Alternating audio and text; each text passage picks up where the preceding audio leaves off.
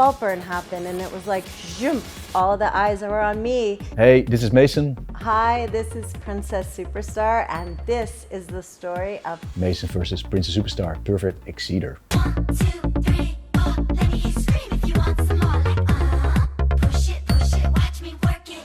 I'm perfect.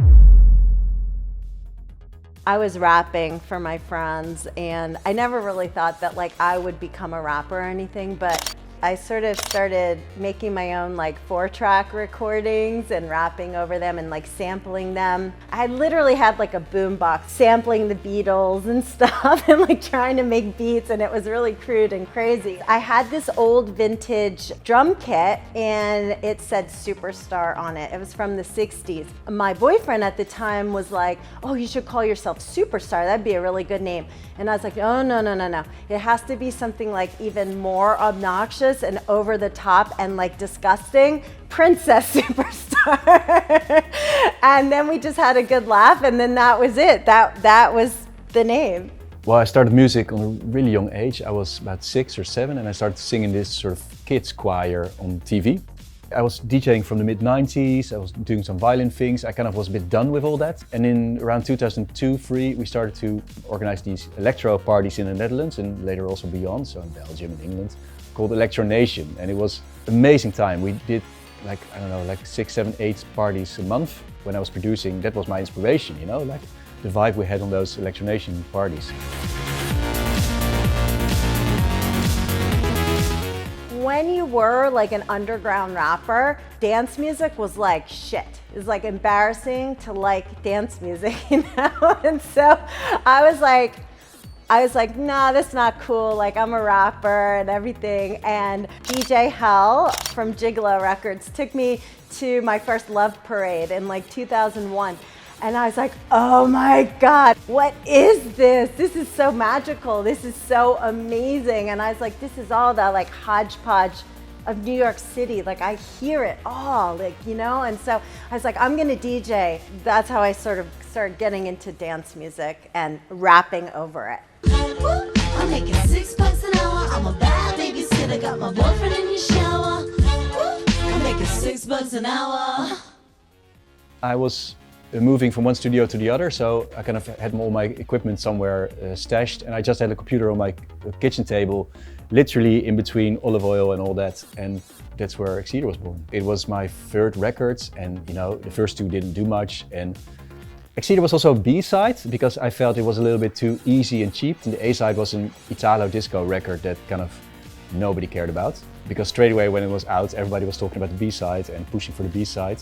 Great Stuff picked it up, and from that moment onwards, it was just one big avalanche, really. That summer in 2006, it was one of the biggest Ibiza tunes, and as a dance track, as an instrumental track, it kind of did everything it could do. It was on #1 on Beatport forever, and you know, it did great. I had made a record in 2005 called My Machine. Got like Armand van Helden, Todd Terry, Stuart Price, and I was like, I'm gonna make like a science fiction epic record like Tommy, you know, but it's gonna be like rapping over electronic music. On that record was Perfect, and originally it actually was more like a disco sort of track produced by Mighty My, who also produced Bad Babysitter. I was really actually making a joke about how imperfect I was. Back to the days of Princess Superstar when I named myself, you know, like kind of ironically. 1, 2, 3, 4, let me hear you scream if you want some more.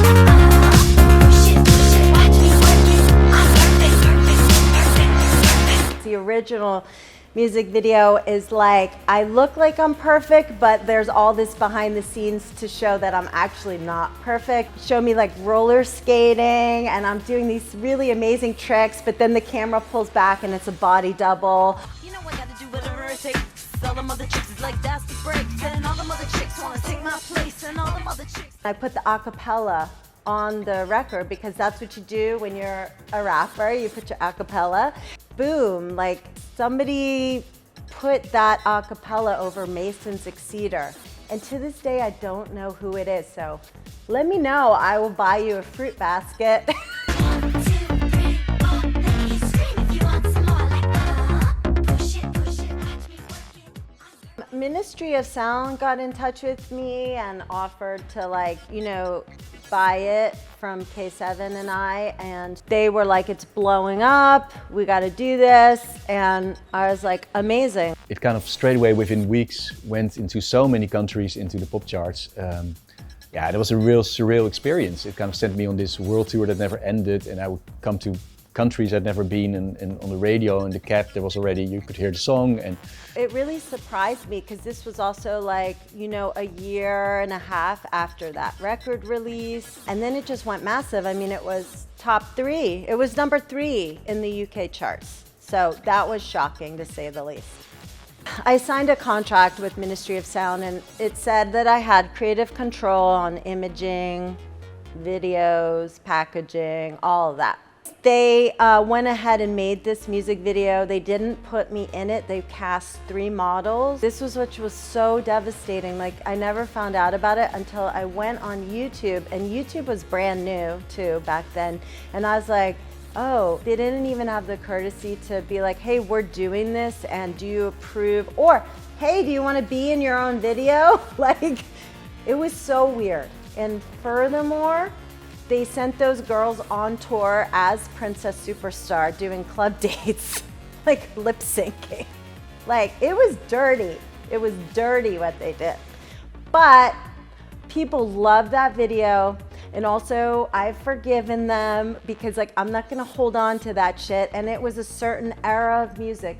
looking back to it right now, I think it's, you know, cool in its own form. It's kind of really grabbed that sort of time and Satisfaction music video and Eric Prydz video. You know, it's super recognizable with its pink and blue, and so I think it's, you know, it's cool in its form. I just didn't expect it beforehand to get such a video, but you know, it did super well, and I think the success of the record, for a certain part, also has to do with, you know, the success of the music video. Look, the lips, the hips, the tits, the hair, the eyes, the skin, the weight. You see what I can do on this microphone, so guess what I'm gonna do to you at home.